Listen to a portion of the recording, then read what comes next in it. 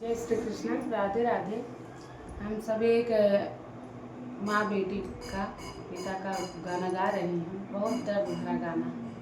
तो आप सब सुनिएगा, अपना प्यार आशीर्वाद बना कर रखिएगा भैया।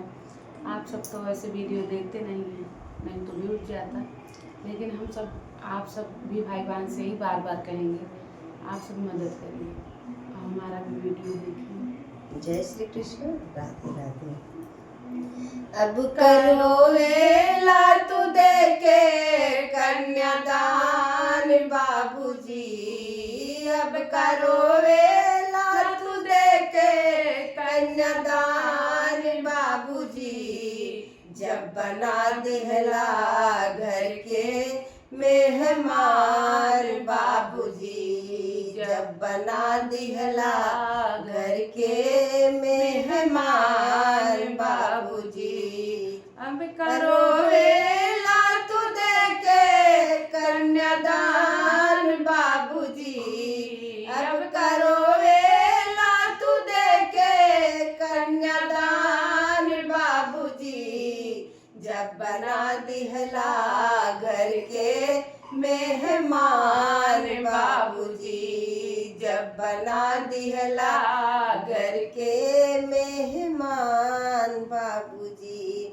सोच ले न रहली की होई विदाई, सोच ले न रहली की होई विदाई।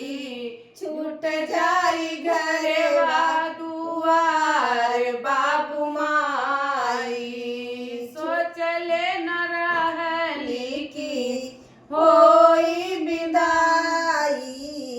छूट जाई घरवा दुआर बाबू माई।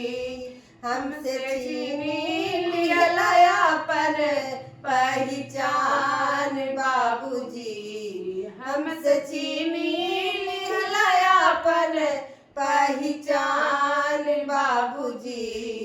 जब बना दिहला घर के मेहमान बाबूजी, जब बना दिहला घर के मेहमान बाबूजी। माई के अचरा की प्यारे हमसे छूटल, माई के अचरा के प्यारे हमसे छूटल। गौआ नगरिया के नाता सब टूटल, गौआ नगरिया के नाता सब टूटल। काहे हमरा रग बुझे लानदान बाबूजी, काहे हमरा के बुझे लानदान बाबूजी। जब बना दिहला घर के मेहमान बाबूजी, जब बना दिहला घर के मेहमान बाबूजी। अब करो वेला तू दे के कन्यादान बाबूजी, अब करो वेला तू दे के कन्यादान बाबूजी।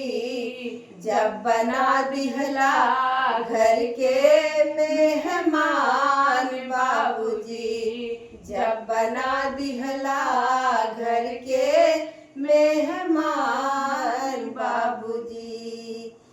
गाना कैसा लगा कमेंट में बताइएगा।